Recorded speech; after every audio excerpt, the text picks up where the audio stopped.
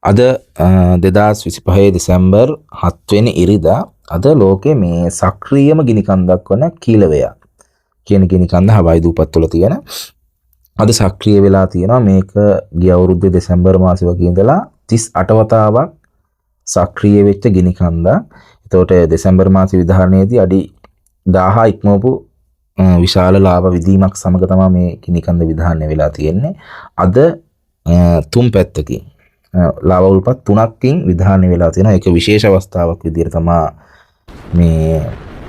මේ පිළිබඳ අධීක්ෂණය කරන කට්ටිය කියන්නේ. ඒකේ පැති දෙකකින් සාමාන්‍යයෙන් අඩි 500කට වඩා ලාභ විධානයක් වීමක් වෙලා තියෙනවා. ඒ වගේම දකුණු පසින් සිදුවෙච්ච විධානයේදී සාමාන්‍යයෙන් අඩි 1200ට වඩා ඉහළට ලාභ විධානය වීමක් වුණා කියලා සඳහන් වෙනවා. එතකොට මේ ලාභ විධානය වීම සාමාන්‍යයෙන් ගෝලීය උෂ්ණත්වය වැඩි වෙන්න ඔය වගේ જાති වල බලපානවා.